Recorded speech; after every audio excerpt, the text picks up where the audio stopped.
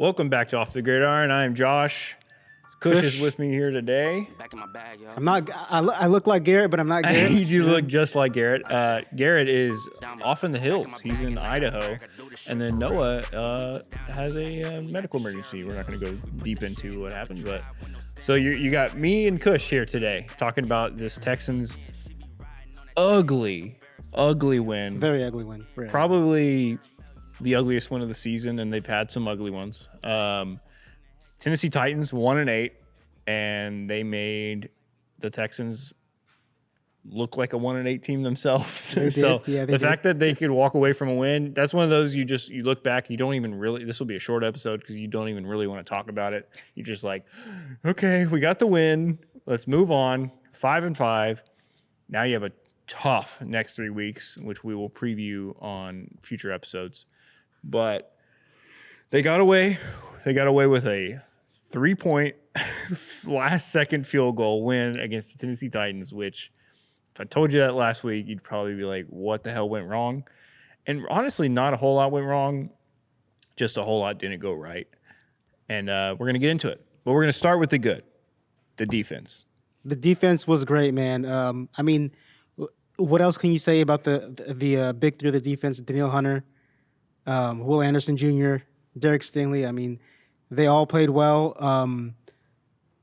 I think one of the things to watch with this team is, Jalen Petrie being missing. As you know, in this game, he was out with a concussion. The Tennessee Titans kind of picked on our safeties early, but I think they did a great job of kind of rebounding, and we just got pressure on Cam Ward all day long. Yeah. He's a rookie, so you did what you're supposed to do. You put the pressure on the rookie.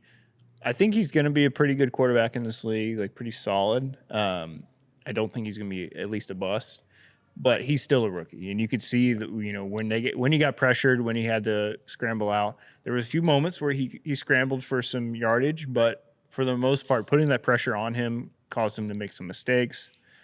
Very surprised he didn't throw an interception all day. He almost did. Yeah. He had that one third down pass, 3rd and 15, that I think it was Sting. He got a hand on. Almost had the one hand grab again. Almost had it. So, overall, if you're a Tennessee Titan fan, that kind of went exactly how you want it to go. You lost, and you kind of want to lose. You want to tank a little bit. But Cam Ward showed signs that he could be your guy. He had a great 95-yard drive at the end. So if you're a Titans fan, I'd be pretty happy with how that went overall. But the defense did what they're supposed to do. They held an NFL team to 13 points, and you should win those games. Yeah, they've been doing this all year long, and on our NFL podcast, Play Action Takes, I've been hyping Cam Ward since before the season. Yeah, and he didn't play particularly well all game long, but I think part of that is due to our defense. But he faced the toughest defense. Yeah, in the he league. did. Yeah, he had one throw at the end of the game where he just dropped it in the bucket. Amazing throw. Okonkwo? Yeah, who else is making that throw? I can only name maybe a couple other guys. Maybe Patrick Mahomes. Yeah. Maybe Lamar Jackson. Maybe Josh Allen. That's about it. Really? You don't think CJ makes that throw? He's capable of it. I'm just messing with you. The defense did their thing. Danielle Hunter had 1.5 sacks. Will Anderson had 1. He had that fumble recovery. That was huge. He looked like he was going to rumble and stumble for a fumble recovery touchdown, but he got taken down. Just did exactly what you expected them to do. Outside of that literally that final drive, the entire game they held them to 6 points. And then they had that final drive they gave up, which that's a concern for this defense. If you're going to nitpick on what could be an issue with the best defense in football, essentially, it is that final drive. It's allowing, not having a spy there when sometimes you need, and allowing a QB to scramble and keep drive alive.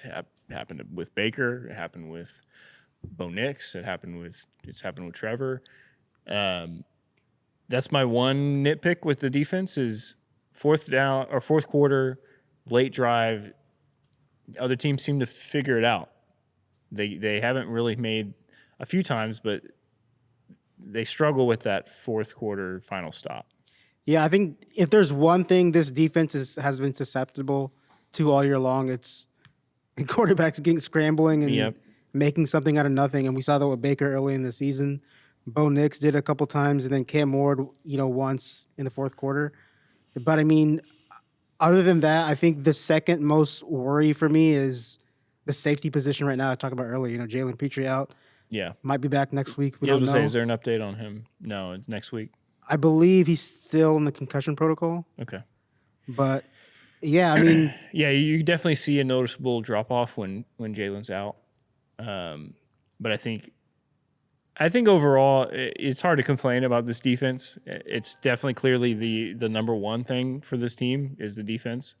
But let's move on to what will make or break the season is this offense and Nick Caley's play calling. I want to say it's getting better. I want to say they're improving. I want to say if CJ Stroud was in there that they're winning these games a lot easier. They're like some of the dynamic play calling is coming out and showing like that rollout to Schultz, the 3rd and 18 towards the end of the game, getting Nico on the sideline. That was pretty great.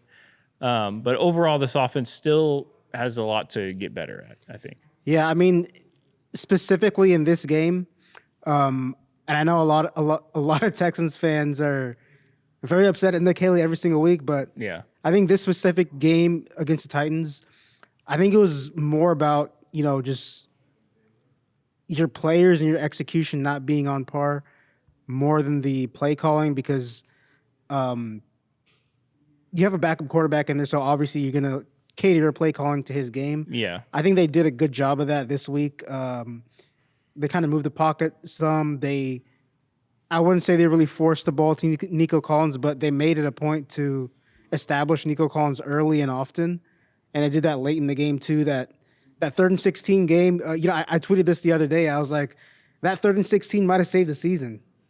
Yeah, I think it might have. That was because if you don't make it there, even if it's 4th and 2, you really can't go for it. I mean, I would say that if they go to overtime there, I still believe the Texans can pull that out.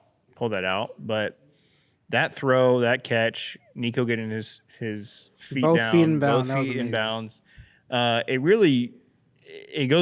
was very similar looking to a similar play with Nico. Was it last year or 2 years ago? That big outplay to Nico. I forget who they were playing, but that's it's kind of like when the Texans are up against a wall, give the ball to Nico. It's like it's a Nico Collins offense, man. That's what I always say. Nico Collins offense. We're going to get more into this stuff, but first I want to give you a word from our sponsor, Underdog. Football season is in full swing, and Underdog is the best place to get in on all the action. Are you ready to get off the bench and into the game? Head over to Underdog and get in on all the action. Code is promo code OTG. Playing Underdog is easy. Just pick whether your favorite players go higher or lower on certain stats like rushing yards, receptions, and touchdowns, and more. Get your picks right, and you can win up to 5,000 times your cash. Texans playing on Thursday Night Football this week. Do you have your pick? I got my pick. Is it? Let me guess. Is it Nico Collins related? It is not. Oh, okay. Who is it?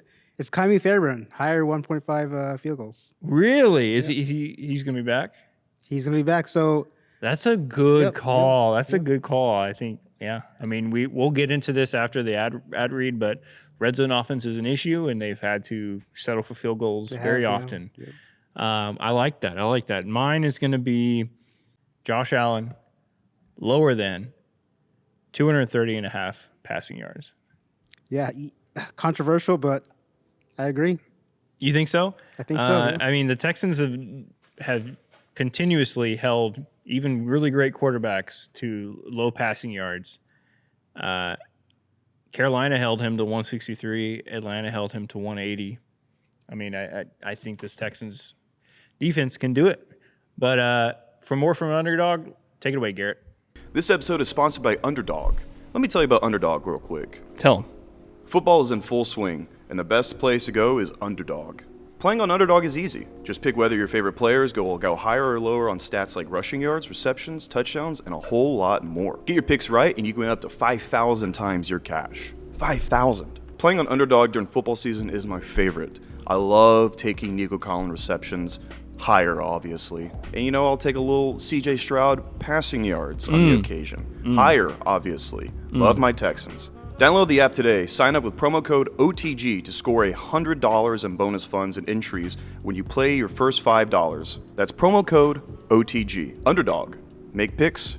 Win money. Must be 18 plus. 19 plus in Alabama and Nebraska. 19 plus in Colorado for some games. 21 plus in Arizona, Massachusetts, and Virginia. And present in a state where Underdog Fantasy operates. Terms apply. See assets.underdogfantasy.com/web/play and get terms _DFS_.html for details. Offer not valid in Maryland, Michigan, New Jersey, New York, Ohio, and Pennsylvania. Concerned with your play? Call 1-800-GAMBLER or visit www.ncpgambling.org. In New York, call the 24/7 Hope line at 1-877-8-HOPE-NY or text HOPE-NY 467-369.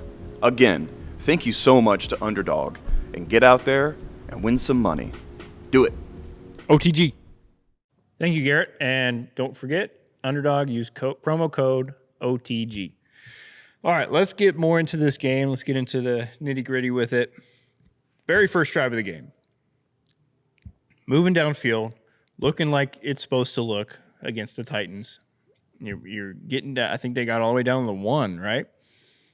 And then, once again, goal line, red zone offense stumbles. Cannot get the ball past the goal line.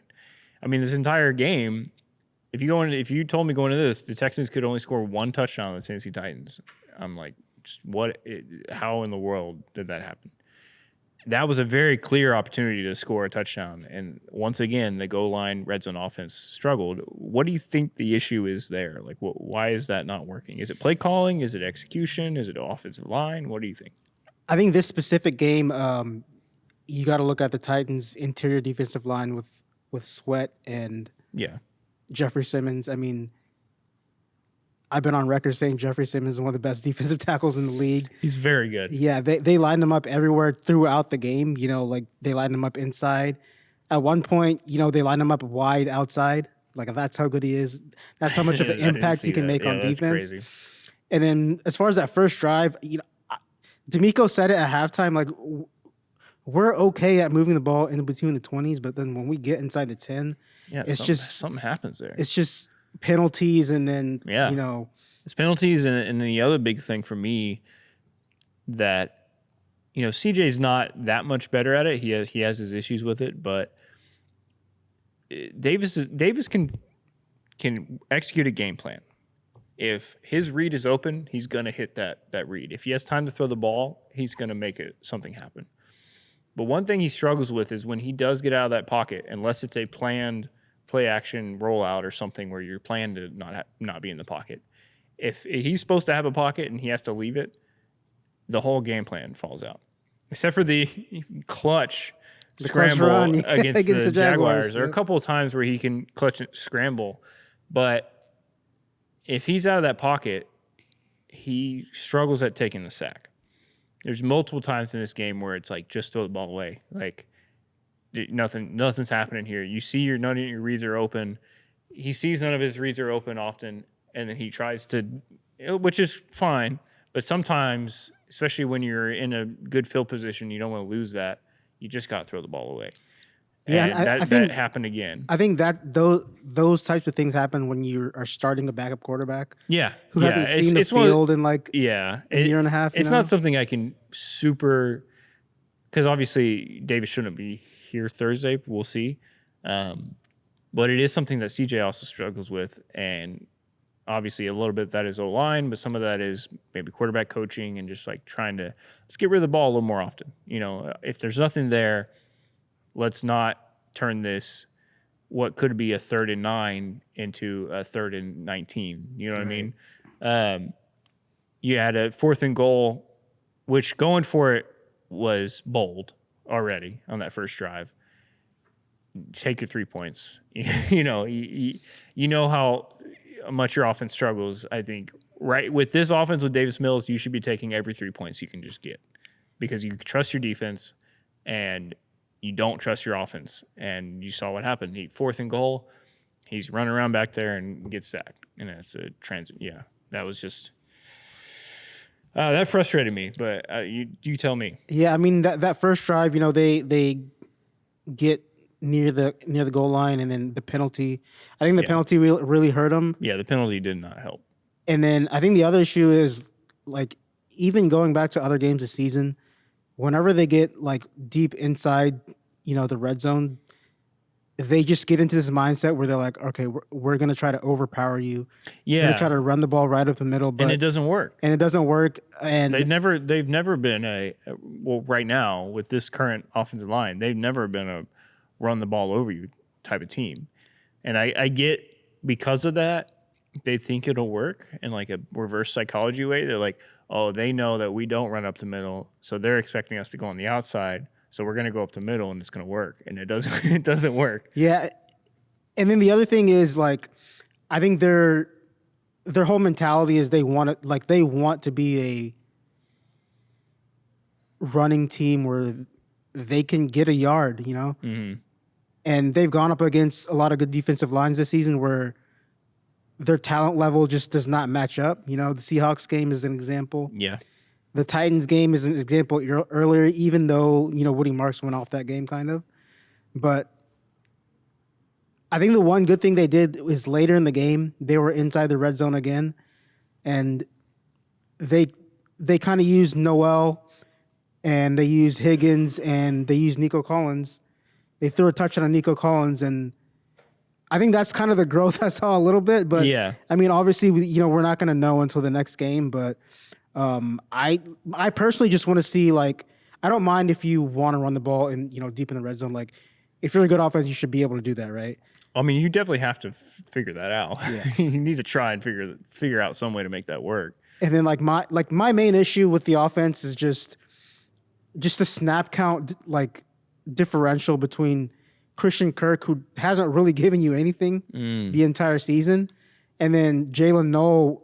Like, we know he's a weapon. Yeah. We've seen him make a lot of plays when he's out there, and I think they just got to put him out there more.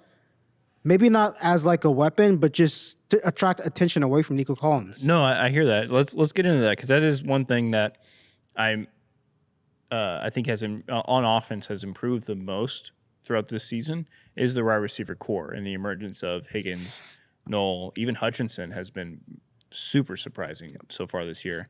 But you're right. On Sunday, Kirk got 4 targets, 1 reception for 6 yards. Noel only got 1 target, and it was 1 reception for 12 yards. So, and he's shown in past games that he can make things happen. I mean, as essentially a wide receiver on the depth chart, he's a wide receiver 5, kind of. He's shown the ability to be like a wide receiver 3 even. You have Nico, big body Nico. Higgins has looked incredible. I'm loving that guy more and more. Having him wide receiver 2 opposite Nico, having Schultz to dump it off to, having Hutchinson to dump it off to, and then you add Nolan to that. I really don't see a world where, is this a world where Christian Kirk is necessary? You know what I mean? Yeah, I mean, I kind of look back to that move and I'm like, I don't hate it. I don't hate having the depth of him there, but it's not working. Yeah, my main issue is I don't mind the Christian Kirk move, but if you're going to draft 2 receivers in the first 4 rounds, yeah, it's you gotta play your rookies. Why wouldn't you spend that money on another position you need? But yeah, I mean, wrapping it up. Any final thoughts on the game in general? Any give me a good takeaway, and then something you're concerned about that they need to address by Thursday. The good takeaway for me is the defense. This defense is going to keep you in any game. I've had this controversial thought in my head the past couple weeks. If this defense can play like this and keep you in the game, they can beat anybody. I believe they can beat the Bills this upcoming It's Thursday. gonna be tough. It'd been better if we got earlier in the season Bills when they were struggling, and now the Bills have finally figured it out. It's when we play them. Yeah, and then we saw the Chiefs and the Broncos. The Chiefs lost this week. We have the Chiefs in a couple weeks. I think they can beat the Chiefs. I think so A too. lot of people are high on Daniel Jones on the Colts. I think we're good enough to limit Jonathan Taylor. If we can do that, we can beat the Colts. So look, we can beat any of these teams. It's just they have to execute on a consistent level, and we haven't seen that from them yet. No, that's fair. I mean, I think realistically, you hope for winning 1 out of 3 of the next 3. I think they can win 2 out of 3. If you did, I think you're immediately in the playoff picture. If you win 1 out of 3, that's enough to just stay in the hunt and address things and win down the stretch. But what is your thing you need to work on for this week? I think number 1, penalties when you get in the red zone. That's a good one, yeah. Yeah, and then the other thing is they're going to have to be good at running the ball. They've been good some games, they haven't been some games. They're going to have to be more consistent, especially if CJ Stroud's not able to go this week. Yeah. I look for Woody Marks to have a big game on Thursday. Okay, I like that. My good takeaway is that wide receiver core. I'm really excited for Higgins. I'm really excited for CJ to continue to work with Higgins and Nico and having those weapons. I feel like the weapons have emerged. They started to emerge before CJ got hurt, and they just continued to. Higgins has gotten better and better. Hutchinson has gotten better and better at getting open and getting those little, If Hutchinson can give me 40 yards a game, I will take that. I'll take that every time. I think in a weird way, I'm not saying the CJ Stroud injury is a good thing, but I think in a weird way that it might have helped the receivers just to. Yeah, you had to lean on more. You had to lean on him more. You had to lean on Noel and Hutchinson. You had to lean on guys to make plays and be him, and they did that. My thing to look at, obviously, is hopefully CJ's health, but if not, I mean, you nailed it with the running game. Whether CJ's there or not, against the Bills, you're gonna have to establish some sort of running game. I need at least 65 from Woody Marks on Thursday. For me, it's not even about the yardage or yards per carry. It's just with CJ Stroud out there, play action is the Texans' best friend. Exactly. Yeah. He's so great at play action. But you need your run to be. But you have to be effective in the run game. Yeah. All right. I mean, that's it for us. You might get Noah or Garrett or both on Thursday morning for the preview. We'll see. Up in the air. But either way, from Apollo, we are going to be continuing off the gridiron, continue talking about Texans. And then we also have Kush on our Play Action Takes podcast, our NFL podcast, as well as all of our other podcasts on this channel. But thank you for hanging out. Thank you for watching and listening. And we'll see you next time. Back in my bag and I ain't gotta brag, I do this shit for real. When we was down and we had nothing, we had to share a meal. We put the shit in overdrive when